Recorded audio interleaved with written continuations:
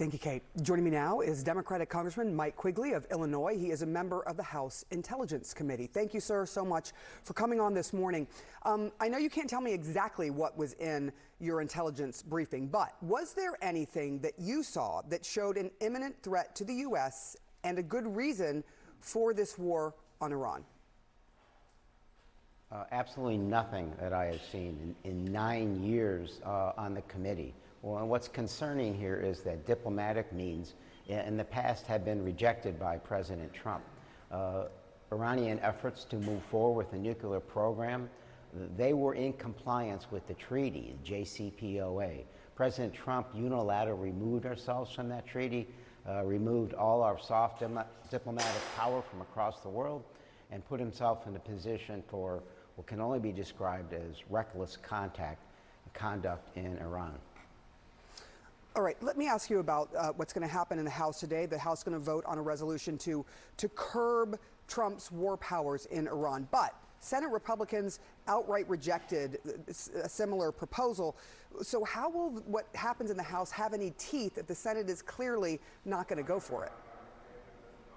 You know, we have to try. Americans don't want another endless, bloody war. In 1848, a freshman congressman from Illinois, Abe Lincoln, said that when you give one man the authority to begin a war, you put a presidency in the place where kings always stood. We have to stand up and make this argument. Whether the Senate comes back and talks about this in a different vein, you know, I think that's going to depend a great deal on how long this war goes, how much of a threat it poses. The concerns here aren't just to our service members, and that is foremost. It is threats to the homeland. This is a country, Iran, that's quite capable of threats across the world, not just cyber threats, but terror threats. And as this war expands throughout and the conflicts, what they said, talked about could be days, now they're talking about could be much more lengthy, protracted, and of course very dangerous.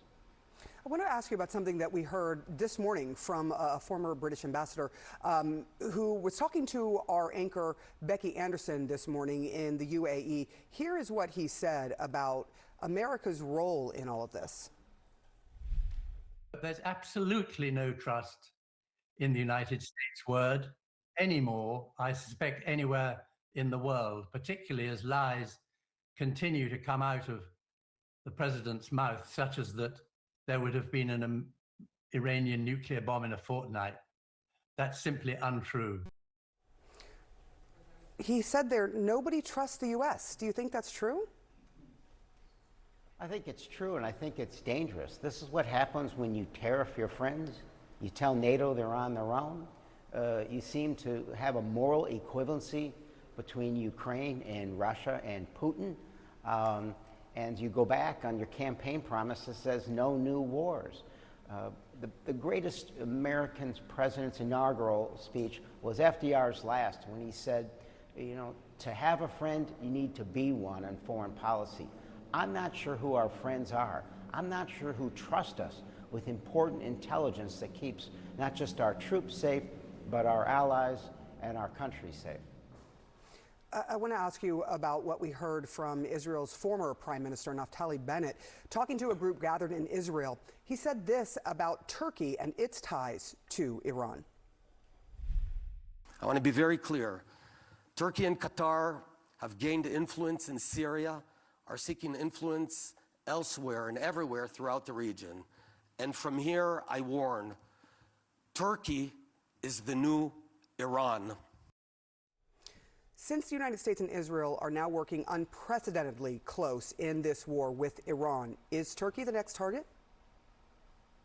Look, Turkey's of great concern and where they go in the future, but when you engage in a conflict like this, you're pouring gasoline on an extraordinarily dangerous situation, creating a fire that who knows where this goes. It is part of a reckless foreign policy strategy with absolutely no end in sight. The concerns are that this goes on beyond Iran, and we see the strikes taking place there. You know, there's a great book on this, The Guns of August, in which, you know, at the end, no one really understood how the First World War started. We're in that kind of a volatile situation right now. Turkey represents part of the problem, but by engaging in attacking in Iran the way it has been done, it has made the situation far more dangerous throughout the region and the world. Congressman Mike Quigley, thank you so much for joining us this morning. I know there's a lot of work to be done and a vote today on Trump's war powers with Iran. Later on, we'll see how that goes. Appreciate it. John?